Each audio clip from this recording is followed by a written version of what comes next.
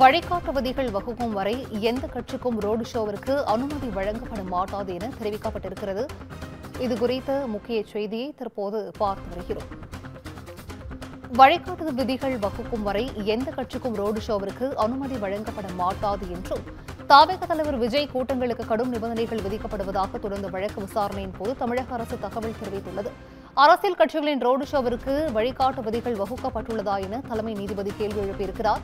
விதிகள் வகுக்கும் நடவடிக்கைகள் மேற்கொள்ளப்பட்டுள்ளன, சம்பந்தப்பட்டவர்களிடம் கலந்து ஆலோசனை செய்து வருகிறோம் என்றும் அரசு தரப்பிலிருந்து தெரிவிக்கப்பட்டிருக்கிறது. இதைத் தொடர்ந்து ரோடு ஷோ நடத்த அனுமதி இல்லை என்று அரசு தரப்பிலிருந்து தெரிவிக்கப்பட்டிருக்கிறது. இது குறித்தான ஒரு முக்கிய செய்தியை தற்போது பார்த்து வருகிறோம். விதிகளை வகுக்கும் வரை எந்த கட்சிக்கும் அனுமதி வழங்கப்படாது என அரசு கூறுவது அரசியல் கட்சிகளின் அடிப்படை உரிமைகளை பறிப்பது ஆகாதா என்றும் தலைமை நீதிபதியின் தரப்பிலிருந்து கேள்வி எழுப்பப்பட்டிருக்கிறது. எந்த கட்சியும் பொதுக்கூட்டம் நடத்துவதிலிருந்து தடுக்கப்படுவதில்லை என்றும் தமிழக அரசு தரப்பிலிருந்து பதிலளிக்கப்பட்டிருக்கிறது. இது குறித்தான ஒரு முக்கிய செய்தியை பார்த்து வருகிறோம். எதன் அடிப்படையில் அப்படி ஒரு உத்தரவாதத்தை அளித்தீர்கள் என்று உயர்நீதிமன்ற தலைமை நீதிபதி கேள்வி எழுப்பியிருக்கிறார்.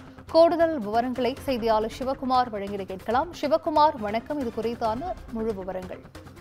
அதாவது வழிகாட்டு விதிமுறைகளை வகுக்கும் வரை எந்த கட்சிக்கும் ரோடு ஷோ ஆனது அனுமதி வழங்கப்படாது அப்படின்னு சொல்லி தமிழக அரசு தற்போது திட்டவட்டமா தெரிவிச்சிருக்குது.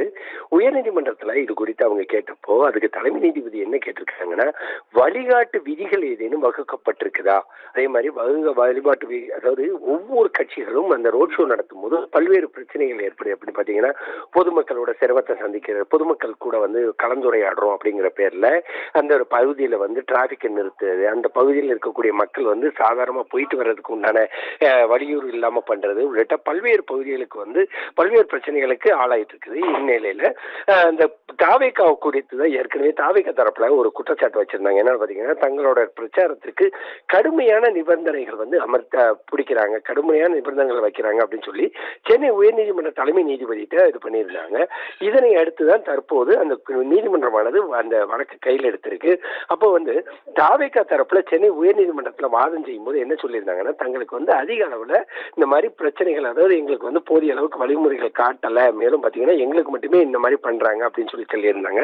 இதனை அடுத்து என்ன சொல்லியிருந்தாருன்னா, தலைமை நீதிபதி என்ன சொல்லியிருந்தாரு அப்படின்னா, இந்த வழிகாட்டு விதிமுறைகள் ஏதேனும் வகுக்கப்பட்டிருக்குதா, அதே மாதிரி பாத்தீங்கன்னா வகுக்கப்பட்டிருக்குதான்னு கேட்டாங்க. அதுக்கு விதிகளை வகுக்கும் நடவடிக்கைகள் மேற்கொள்ளப்பட்டு வருது, சம்பந்தப்பட்டவர்களிடம் கலந்தாலோசனை செஞ்சுட்டு வர்றோம் அப்படின்னு சொல்லி அரசு தரப்புல தெரிவிக்கப்பட்டிருக்குது. விதிகளை வகுக்கும் வரை எந்த கட்சிக்கு அனுமதி வழங்கப்படாது அப்படின்னு சொல்லி அரசு கூறுறதுங்கிறது அரசியல் கட்சிகளோட அடிப்படை உரிமைகளை பறிப்பது ஆகாதா அப்படின்னு சொல்லி தலைமை நீதிபதி தன்னோட கோபத்தை தெரிவிச்சாரு. இதுக்கு அரசு எந்த கட்சியும் பொதுக்கூட்டம் நடத்துறதுல இருந்து நாங்க தடுக்கப்படுறது இல்ல, அதனால இது ஒரு பிரச்சனை இல்லை அப்படிங்கிற மாதிரி அரசு தரப்பு தெரிவிக்கப்பட்ட நிலையில எதன் அடிப்படையில இப்படி ஒரு உத்தரவாதத்தை உங்களால அனுமதிக்க முடிஞ்சது அப்படின்னு சொல்லி தலைமை நீதிபதி கேள்வி எழுப்பியிருக்கிறாரு. அதுக்கு ரோட் ஷோ வழிகாட்டு நெறிமுறைகளை வகுக்கும் வரை யாருக்கும் அனுமதி இல்லைன்னு ஏற்கனவே நீதிமன்றத்துல நாங்க உறுதி அளிச்சிருக்கிறோம் அப்படின்னு சொல்லி தமிழக அரசு தரப்புல ஒரு விளக்கம் கொடுத்திருக்கிறாங்க. இதே சூழ்நிலையில இப்படி ஒரு உத்தரவாதத்தை எந்த அடிப்படையில உங்களால வழிகாட்ட முடிஞ்சது, அதே மாதிரி வழிகாட்டு நெறிமுறைகளை வகுக்கும் வரை இந்த மாதிரி உத்தரவு இல்லை அப்படின்னு சொல்லி நீங்க சொல்றதுக்கு எதன் அடிப்படையில சொல்றீங்க அப்படின்னு சொல்லி அடுத்தடுத்து தமிழக அரசை நோக்கி இந்த கேள்வியானது எழுப்பப்பட்டிருக்குது.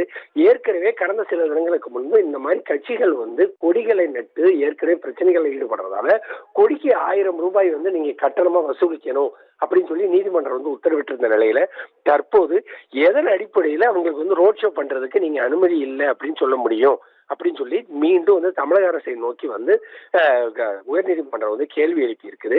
ஏற்கனவே தாவேகா தரப்புல தொடரப்பட்டிருந்த வழக்குல தற்போது இந்த தலைமை நீதிபதி அடுத்து அரசை நோக்கி கேள்விகளை வச்சிட்டு இருக்கிறாருங்க.